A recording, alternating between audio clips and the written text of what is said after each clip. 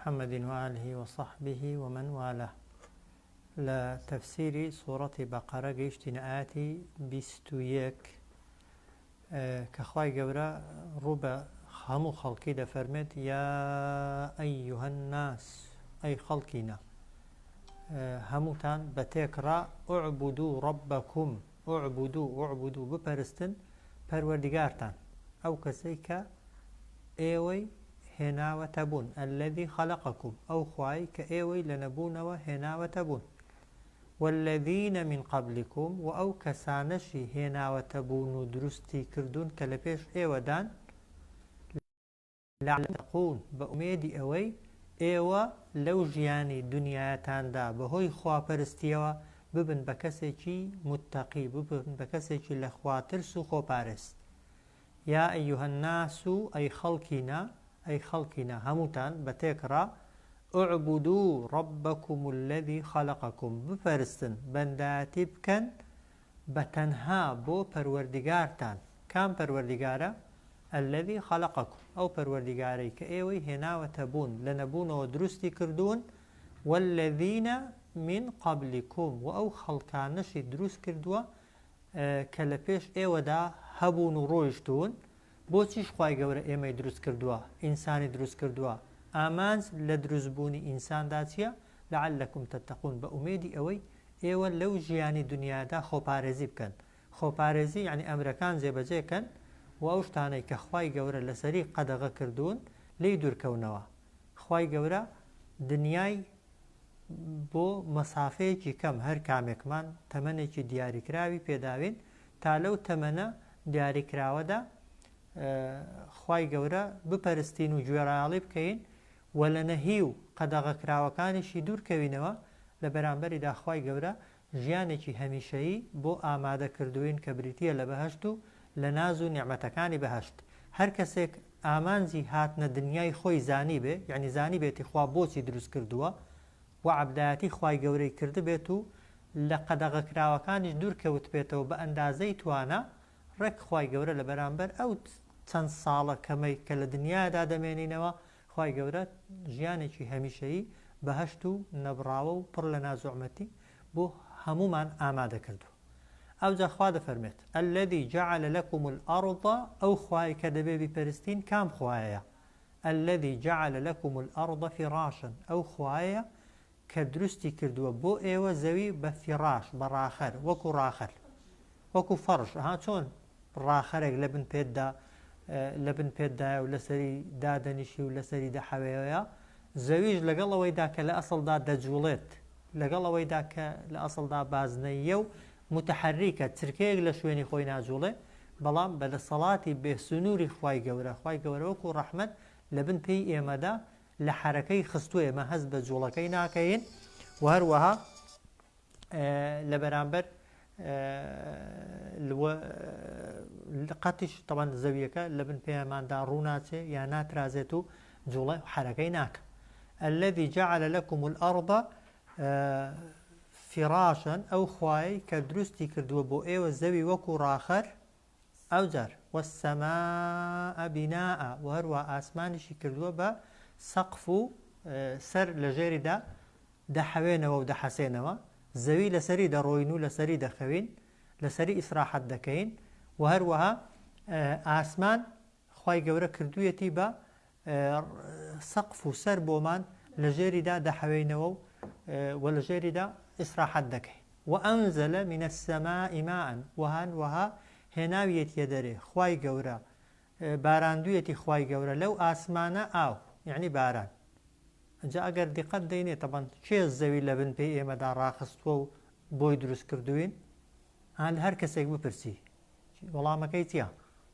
بێگومان ئەوەی بێدینیش بێهەر دەبێت بڵێ خوا چونکە هیچ کەس لە ئینسانەکان دەسەڵاتی نییە مستەخۆڵێکی دروستکە نەک ئەو زەویەی بەو هەموو گەورەیەی دروستکە وایە کەسشی لەگەڵ بە لە کاتێکدا کە دروستی کردووە بێگومان نەخێر ئەدی ئەگەر بڵێن ئاسمان تەبان کە زۆر لە زەوی گەورەترە هەزاران ملیاندان ئەستێرەی وەکو زەوی لەژێر ئاسماندان دێن و دەچن و جوڵە دەکەن یعنی ئاسمان زۆر گەورەترە لە زەوی و لە هەموو هەسارە و ئەستێرەکان بەڵام بەدەسەڵاتی بێسنووری خوای گەورە بەتەنها دروستی کردووە و بەتەنهاش ڕایگرتووە بەسەر سەرمانەوە. پاشان ئەو بارانەی کە دەبارێ بەسەرماندا ئەگەر بپرسین کێ دەیبارێنێ، من کەس ناتوانێت بڵێ من دەیبارێنم یا فڵان کەس دەیبارێنێت، چونکە هەمومان دەزانین هەرچی دەسەڵاتداری سەرزەوی هەیە خۆشیان تاقی کردوتەوە، هەوڵیش دراوە، بەڵام کەس نەیتوانیوە قەترەیەک باران دروستکە. خوای گەورە بارانەکەی دروست کردبووە و دەیبارێنێ وە کەسیشی لەگەڵ نییە کە بارانەکەی دەبارێنێ. جاخوا دەفەرمێت فأخرج به من الثمرات رزقا لكم، هێناویەتیە دەرێ خوای گەورە بەو بارانە من الثمرات جۆرەها میوەجات و بەروبووم بۆچی؟ رزقا لكم بۆ ڕۆزی و بژێوی و خواردن و خۆراکی ئێوە. وازەحە؟ کەواتە مادام خوای گەورە ئێوەی یەکەم جار لە نەبوونەوە هێناوەتە بوون بە تەنها، وایە زەوی بۆ ڕاخستون، ئاسمانی بەسەر سەرتانەوە دروست کردووە، بارانی بۆ باراندون و بەهۆی بارانیشەوە هەرچی میوەجات و گژ و گیا و ڕووەک هەیە کە ئینسان پێی دەژێت یا ماڵات و ئاژەڵ پێی دەژێت، خوای گەورە لەو زەویە بەو بارانە بۆی هێناوینەتە دەرێ کەسیش یارمەتیدەری نەبووە. وازەحە؟ کەواتە فەلا تەجعەلوا لله ئەندادا، ئێوەش بڕیارمەدەن بۆ ئەو خوایە، مەپەرستن لەگەڵ ئەو خوایە ئەندادا یعنی هیچ هاوبەشێک هیچ شەریکێک، چونکە لە خەڵقکردندا خوا شەریکی نییە کە ئێمەی دروست کردووە کەسی لەگەڵ نەبووە تا ئەگەر بیپەرستین شەریکی بۆ بڕیار دەین، کە زەوی و ئاسمان و بارانی بۆ باراندوین و دروست کردوین کەسی لەگەڵدا نەبووە. مادام لەوەدا کەسی لەگەڵدا نەبووە طبعا ناکرێت لە پەرستنیشدا هیچ کەسێک ببێتە هاوبەش و شەریکی خوای گەورە. بۆیە دەفەرمێت فلا تجعلوا لله ئەندادا، ئێوە بڕیار مەدەن مەپەرستن لەگەڵ ئەو خوایەدا هیچ هاوبەش و شەریکێک وأنتم تعلمون، و ئێوە چاک دەزانن کە خوای گەورە هاوبەشی نییە، ئێوە چاک دەزانن کە خوای گەورە شەریکی نییە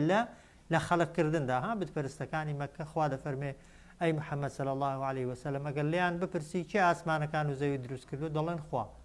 لیان بپرسی کێ ئەوەی دروست کردو دەڵێن خوا. ئەی مادام خوا بەتەنێ تۆی دروست کردووە، ئاسمانی دروست کردووە، زەوی دروست کردو، ئەی بۆ لە کاتی پەرستندا دار و بەرد و بت و سەنە مشتی دەکەی بە شەریکی خوای گەورە؟ تەمان معقوڵ نییە لە خەڵقکردن و دروستکردندا خوا شەریکی نەبێ، بەڵام کاتێک دەپاڕێەوە و دوعا دەکەی یا دەپەرستی کەسێک بکەیە شەریک و هاوبەشی خوای گەورە. کەواتە ئاەتەکە بە کورتی الذي جعل لكم الأرض فراشا، ئەو خوای کە دروستی کردووە بۆ ئێوە زەوی بەڕاخەر، والسماء بناء، و ئاسمانی کردووە بە سەقف و بە سەرسەرتانەوە ڕایگرتووە، وأنزل من السماء ماء، باراندویەتی لە ئاسمانەوە باران، فأخرج به من الثمرات رزقا لكم، يعني دێنێتە دەرێ بەو بارانە جۆرەها بەروبووم و میوەجات بۆ ئێوە بۆ ڕۆزی ئێوە. فلا تجعلوا لله ئەندادا، ئێوەش بڕیار مەدەن بۆ خوا، مەپەرستن لەگەڵ خوادا هیچ هاوبەشێک، وأنتم تعلمون، ئێوە چاک دەزانن کە خوا هاوبەش و شەریکی نییە. وإن كنتم في ريب مما نزلنا، ئەگەر لە گومانیشدان ئێوە لەو قورئانەی کە ناردومانەتە خوارێ بەسەر محەممەددا صلی الله عليه وسلم بەسەر بەندەی خۆماندا، وإن كنتم في ريب مما نزلنا على عبدنا، ئەگەر گومانتان هەیە لەو قورئانەی کە ناردومانەتە خوارێ بەسەر بەندەکەی خۆماندا، بەندەکەی خۆمان مەبەستێە محەممەدە صلی الله عليه وسلم، کە بتپەرستەکانی مەکە دەیانگوت چی؟ بۆی ئیمانی پێنەهێنن، زۆر جار دەیانگوت محەممەد بۆ خۆی قورئانەکەی هەڵبەستووە، وایە؟ هەندێک جار دەیانگوت ئەو قورئانەی محەممەد دەیڵێ شێعرە، شاعیر و شت محەممەدیان فێری شێعران کردووە وەکو شێعران بەسەرماندا دەخوێنێتەوە. هەندێک جار دەیانگوت سیحرە، جادوویە، محەممەد ئەو قورئانەی کە دەیخوێنێتەوە سیحرە و جادوویە، بۆیە هەر کەسێک گوێ لە قورئانێ بگرێ کاریگەر دەبێت بە قورئانێ و بە دوای محەممەدی دەکەوێت. هەندێک جار دەیانگوت ڕاهب و قەشەکان جوولەکەکان یا مەسیحیەکان محەممەدیان فێر کردووە. جاخوا دەفەرمێ هەر کەسێک گومانی هەیە لەوەی کە قورئان کەلامی خوا نەبێ، خوای گەورە بێمنەتی کردوون. وإن كنتم في ريب مما نزلنا على عبدنا، ئەگەر ئێوە لە گوماندان لەو کتێبەی کە ناردومانەتە خوارێ بەسەر بەندەکەی خۆماندا کە محەممەدە صلی الله عليه وسلم، فأتوا دەی بێنن ئێوەش بسورة مثله، سوورەتێک هاوشێوەی ئەو قورئانە. وازەحە؟ دەی بێنن سوورەتێک هاوشێوە بێت و بگونجێ یا وەکو ئەو قورئانە بێ ئەو جار بەتەنێژ نا وەدعوا شوهەداءەکم من دون الله بانگی برادر و هاوکار و ڕەفیق و یارمەتی دەرەکانیشتان کەن جگە لەخوا ئین کنتم صادقین ئەگەر ڕاست دەکەن قورئان کەلامی خوای نییە تەمان قورئان بە چ زمانێکی هاتۆتە خوارێ عەرەبی حرفەکانی حرفی عەرەبین کەلیماتی عەرەبین و لە ناو عەرەبانیشدا هاتۆتە خوارێ وایە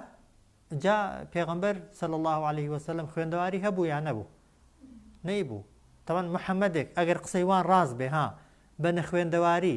توانی بێتی لەو حرفانە و لەو کەلیمانە کتێبێک بنووسێتەوە کەس ڕەخنەی پێ لێ نەگرێ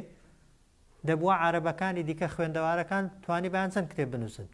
بەدەیان کتێب بنووسن ها محەممەد شاعیر نەبوو ئەوان شاعیریشیان هەبوو وازحە جادوگەر نەبوو ئەوان جادوگەریشیان بەکار دەهێنان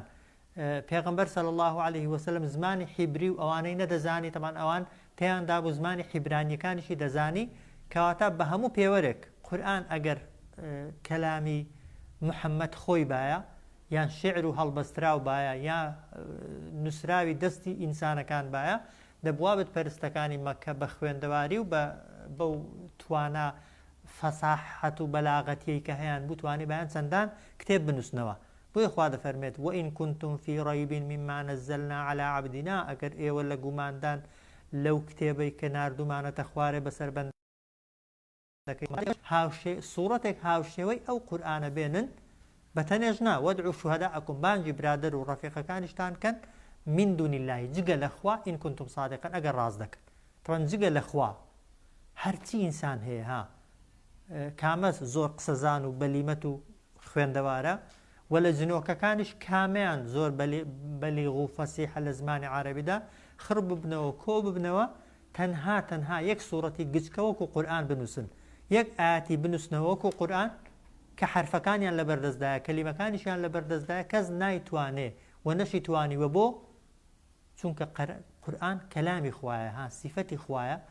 سیفەتی خوای و کەلامی خوای بێنەقسە ها بەڵام ئەوەی ئینسان لە دەمی دێتە دەرێ حتما نەقسی هەر تێدایە ها پێغەمبەر صلی الله عليه وسلم خۆ پێغەمبەریش بوو معسوومیش بوو وایە ها ئێستا بۆ سەدان حەدیث هەیە بە ناوی پێغەمبەرەوە هەڵبەستراوە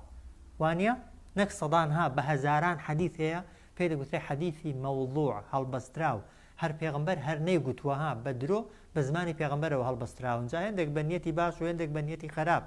بەڵام بینیومانە یا هەیە لەسەر زەویدا ئاەتێک هەڵبەسترابێ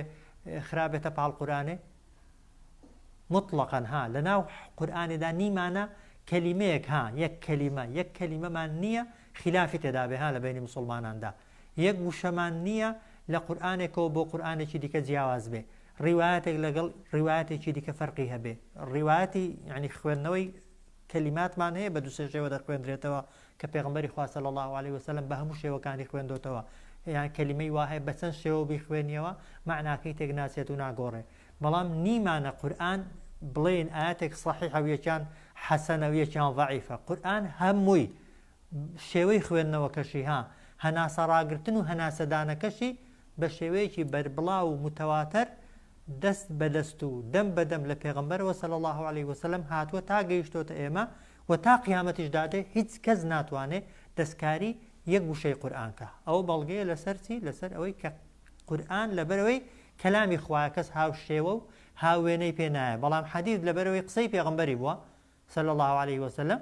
ها سەدان کەس قسەیان بە ناوی پێغەمبەرەوە کردووە ئێستاش خەڵک دەتوانێت بۆ خۆی شتێکی بنووسێ بڵێ پێغەمبەر وای گوتووە بەڵام علمی حەدیثیش هەیە طبعا زانایان ئەوانیشیان ئێستا بۆ لە یەکتر جیا کردوینەتەوە ها کامە قسەی ڕاست و دروستی پێغەمبەرە صلی الله عليه وسلم کامە قسەی هەڵبەستراوە بەدەمی پێغەمبەرەوە صلی الله عليه وسلم بەڵام لە قورئاندا نیمانە بڵێن ئەو ئاەتە لەو ئاەتەی صحیحترە ئەوە لەویان بەقووەترە ئەوە لەوی ڕیوایەت شتی وامان نییە قورئان لە ڕیوایەت و جێڕانەوەدا هەمووی وەکوێک وازحە ئەو جار دەفەرمێ فەئین لەم تەفعەلوا ئەگەر نەتانتوانی ئەو کارە بکەن وەلەن تەفعەلوا هەرگیزیش ناتوانن ها فەئین لەم تەفعەلوا یعنی ئەگەر کەس نەیتوانیوە تا ئێستا ئەو کارە بکە هاوشێوەی قورئان بێنێ تا ئێوە لە ژیاندان وەلەن تەفعەلوا لە داهاتووشدا هەرگیز هیچ کەسێک ناتوانێت هاوێنە و هاوشێوەی قورئان بێنێ چی بکەن فاتقوا النار کەواتە لە ئاگر بترسن خۆتان بپارێزن لە ئاگر یعنی لە زیاتیەوەی دژایەتی قورئانکەن و بێباوەڕ بن بە قورئان ئیمان بە قورئان بێنن بە دوای قورئانکەون چی دیکە و بوختان و درۆیانە هەڵمەبەستن التي وقودها الناس والحجارة ئەو ئاگرەیە یعنی خۆتان لەو ئاگرە بە دوور بگرن کە سوتەمەنیەکەی لە قیامەتێ ئینسانەکان و بەردن ئینسانە کافرەکان و تاوانبارەکان هیچ دەخرێنە جەهەنەمێ کە دەخرێنە جەهەنەمێش جەهەنەمیان پێ گەرمتر دەکرێ ها ئەو جار ئاگری جەهەنەمێ ئەوەندە گەرمە و ئەوەندە بڵێ سەدارە هەر بەردێکی بخێ ناوێ ها هەر شاخ و کێوێکی بخرێتە ناوێ هەرچی شاخ و کێو هەیە وەکو دارێکی وشکی بێهێز دەیسووتێنێت و دەیکا بە سوتەمەنی خۆی جاخوا دەفەرمێت دەی ئەگەر نەتانتوانیوە هاوشێوەی قورئان بێنن تا ئێستا وەلا داهاتوشدا ناتوانن دەی خۆتان بپارێزن لە ئاگر بەچی ئینسان دەتوانێت خۆی بپارێزێت لە ئاگر بۆی کە ئیمان بە قورئان بێنێ بە دوای قورئان کەوێ فەرمانەکانی جێبەجێکە و یاسا و حکومەکانی بە ئەندازەی توانە کە دەیزانێ بەسەر خۆشیاندا جێبەجێکە جا دەفەرمێت ئاگرێک خۆتانی لێ پارێزن کە سوتەمەنیەکەی ئینسانەکان و ئینسانە کافرەکان تەبعاً لەگەڵ بەرد خوای گەورە بۆچی ئامادە کردووە وعدت للكافرین ئامادەی کردووە بۆ ئەوانەی کە بێ باوەڕن معلومە ئەوەی کە کافر بێت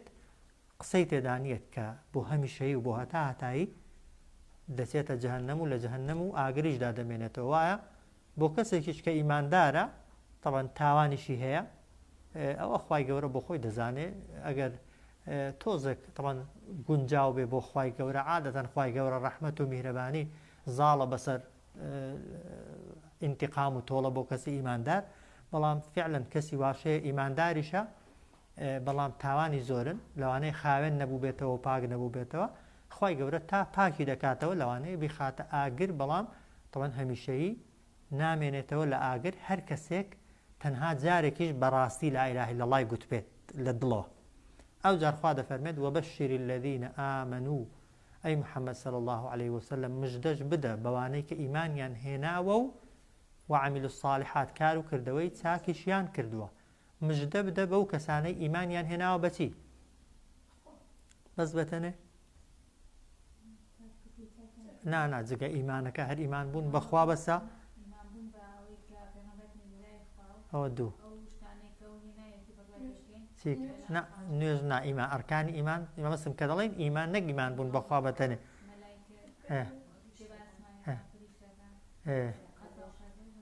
ئافرین یعنی هەر یعنی کە دەڵێن وەبەشر الذین ئامنوا یعنی مژدە بدەن بە کەسێک کە ئیمانی بە هەر شەش ڕوکنەکە هێنابێ ها ئیمان بوون بە شەش ڕوکنەکە مەجالی تەبەن بە شوێ دەکرێ بە زمان یا بە دڵ یا بە هەردووکی ها دەبێت دڵت لەسەری جێگیرکەی لە دڵتدا بچەسپێ لە دڵتدا قایم بێ ئیمان بوون بەخوا و بە هەر پێنج ڕوکنەکەی دیکە ها بۆیە ناڵە ئیمانی هەبێ بەخوا دڵ ئیمانی هەبێ بە هەر شەش ڕوکنەکان کە ئیمان تەبەن هیچ نابێ خلاف و جیاوازی هەبێ هەموو کەس دەبێ وەکو یەک ئیمانی بەخوا و بە هەموو ڕوکنەکان هەبێ وایە بەس کردەوەی چاکە بە پێی توانایە ها وایە مەرجە هەموو ئیماندارێک کردەوەکانی وەکو یەک بن نا بۆیە لە بەهەشتێشدا مەرجە هەموو ئیماندار ئەگەر چوونە بەهەشتێش لە بەهەشتێ پاداشتەکەیان وەکو یەک بێ بێگومان نا ها پاداشت و بەرزی و نزمی تا بنەوە هەر ئیمانت هەبێ دەچێ بەهەشتی ها بەڵام لە بەهەشتێ دەچێ کام پلەی ها بەپێی کردەوەکانت ها بۆیە دەفەرمێت مژدە بدە بەو کەسانێک کە ئیمانیان هێناوە یعنی عەقیدە و بیر و باوەڕیان بە هەر شەش پایەکانی ئیمان دامەزراوە و کار و کردەوەی چاکیشیان کردووە بە پێی توانە ها ئاەتی کەمان هەیە تەفسیری ئاەتە ئەو ئاەتەی دەکات دەفەرمێت فاتقوا الله ما استطعتم ها لەخوا بترسە بە ئەندازەی ئەوەی کە دەتوانی ها ئەرکانی ئیمان لە دڵدان ها هەموو کەس دەتوانێت وایە بەڵام عملی ساڵح چەندەت پێ دەکرێت ئەوەندە تەوان مکەلەفی مژدەیان پێ بدە بەچی ئەن لەهم جەنات تەجری من تحتها الأنهار کە بە بێگومانی بۆ ئەوان ئامادە کراوە جەنات چەندان باخ چەندان بەهەشت تەجری من تحتها الأنهار دەڕوا بەژێر هەر کامێک لە باخەکانیشدا ها چەندان ڕووبار بۆیە یەک بەهەشتی دەگونجێ دەیان باخ و سەدان باخی پێ بدرێ ها لای کەمی تەبانەها لە سوورەتی ئەڕەحماندایە وجنى الجنتين هذا فرمت هر يكيشان ولمن خاف مقام ربه جنتان هذا فرمت او كسي كترسا ولا خوا دو باخي داونه دو بهشتي داونه و لە شوێنی واشەیە دەڵێ جەنات ها لێرە دەڵێ جەنات چەندان یعنی لە دووی و لە سێی و بەپێی کردەوەکانی خۆمان وەلحاصڵ ئەنە لەهم جەناتین تەجری پێ مژدەیان پێ بدە کە خوا بۆی حازر کردوون چەندان باخ کە دەڕوا بەژێر هەر کامێک لە باخەکاندا ها چەندان ڕووبار کە خوای گەورە تەمان لە ئاەتی ها سوڕەی محەممەد الله ئەعلەم کە تەمان ئاوەکەی بەڕووبارە شیرەکەی بەڕووبارە شەرابەکەی بەڕووبارە هەنجوینەکەی بەڕووبارە کە خوای گەورە بەناو کانی و بەناو باخ و باخاتەکان تا دەڕوا و بە ئارەزووی خۆت لی دەخۆیەوە و لەزەتی لێ دەبینی بەڵام خوا دەفەرمێ كلما رزقوا منها من ثمرة رزقا هەر کاتێک لەناو ئەو بەهەشتەدا فریشتەکان میوەیەک دێنن بۆ بەهەشتەکان ریزقا تابی خۆن قالوا بەهەشتەکان دەڵێن چی هذا الذي رزقنا من قبل ئەو میوەیە کە بۆتان هێناوین تۆزێک پێشێستا خواردومانە ها بەڵام خوا دەفەرمێ وأوتوا به متشابه بۆیان بێنن ئەو میوانە یا ئەو خواردنانە تەنها شکڵیان لە میوەکەی پێشووترا حاڵی تەنها ڕەنگیان وەکو ڕەنگی ئەوەی خواردنەکەی پێشووتر دەچێ لە ناو بەهەشت تێدا بۆ معلوماتان هیچ خواردنێک و هیچ میوەیەک مەگەر بۆ خۆت بتەوێ لەنا تامەکەی وەکوی پێشتر نییە حاڵی بۆ ئیبن عەباس دەفەرمێ مەلائیکەتەکان بە ئیماندارەکان دەڵێن کولوا یا عەبد الله بخۆ ئەی بەندەی خوا فاللون واحد بەڵام والطعم مختلف ڕەنگەکان لە یەک دەچن بەڵام تامەکان جیاوازن و حەدیثی صحی پێغەمبەریش هەیە صلی الله عليه وسلم کە دەفەرمێت یەک دارێک کە بەری پێوەیە دەفەرمێت بەرەکەی بە 72 ڕەنگ و تامی جیاواز خۆی عەرز دەکات و خۆی پیشانی بەهەشتەکان دەدا ئەوە هەر یەک درەخت ها ئەی چەند درەختی دەدایە باخەکەت طبعا فيه ما تشتهيه الأنفس یا فيه فواكه طبعا لە چەندان شوێندا خوای گەورە دەفەرمێت چەندان یا هەموو جۆرە میوەیەک یا هەر میوەیەک کە بتەوێ بۆیە خوا دەفەرمێت مژدەیان پێ بدە ئەی محەممەد صلی الله عليه وسلم بەو کەسانێک کە ئیمانیان هێناوە و کار و کردەوەی چاکیان ئەنجام داوە ئەنە لەهم جەنات تەجری من تحتها الأنهار کە بەبێ گومانی بۆ ئەوان حازر کراوە لەناو ئەو بەهەشتەدا چەندان ڕووبار كلما رزقوا منها من ثمرة رزقا هەر کاتێک ڕۆزی و خواردن و میوەیەکیان بۆ دێنن لە ناو باخەکاندا تابی خۆن قالوا هذا الذي رزقنا من قبل دەڵێن ئەو خواردنەیە یا ئەو میوەیە کە پێشتر خواردومانە بەڵام مەلائیکەتەکە کە هێناویەتی یا خزمەتکارەکە کە هێناویەتی دەڵێ چی فەرمێ وأوتوا به متشابه بۆیان بێنن و بیخۆن ئەوانە تەنها ڕەنگ و شکڵیان لێک دەچێ وەلەهم ئەو جار بۆیان ئامادەکراوە فيها لەناو ئەو بەهەشتەدا ئەزواج مطهرە هاوسەرانی خاوێن و دەستێنە دراو هاوسەر تەوان پیا و ژن دەگرێتەوە بۆ ژنی تەوان پیاوێک بە حەزی خۆی و بەویستی خۆی جا ئەگەر پیاوەکەی خۆی تەوان ئیماندار بێت و مسلمان بێ تەوان بە تەواوترین شێوە و بە جوانترین شێوە خوای گەورە بۆی دروست دەکاتەوە یعنی دوور لە هەموو ئەو عیبانەی کە لە دنیادا هەیبوون لە دنیا جاری وا هەیە ژنێک لەوانەیەک لی لە مێردی هەبێ وانە هەشە بەڕاستی دەڵێ مێردەکەی خۆم ناوێتەوە و هەشە لەوانەیە بەگاڵتەوە بڵێ بەڵام لەبەرچی کەسەکە لە دنیا ژنایەوە لەبەرەوەی نەقسی تێدایە کەم و کوڕی تێدایە خوای گەورە لە ناو بەهەشتێدا ئەو سیفەتە خراپانە هیچی ناهێڵێتەوە بۆیە و ئەگەریش نێویست تەوان لە قیامەتێ بە تۆبزی و بە زۆر نییە کەسەکە ئازادە بۆ خۆی چونکە خوای گەورە لە ناو بەهەشتێدا هەرچی نەفست بدەیەوێ دەداتێ جایە هەرچی نەفست هیوایەتت هەیە بۆت دەخاتەنا ئەو پیاوەی بۆ ئافرەتان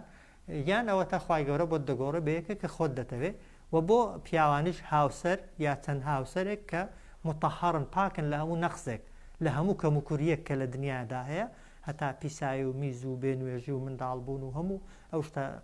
شتانێک کە ئینسانی بێزار دەکەن و بێتاقەت دەکەن لە بەهەشتدا نین وهم فيها خالدون لە هەمووشی مهمتر ئەوەیە کە ئەوان لەناو ئەو باخانەدا بە نەمری و بە هەمیشەیی دەمێننەوە خوای گەورە بە نسیبمان کات شاڵە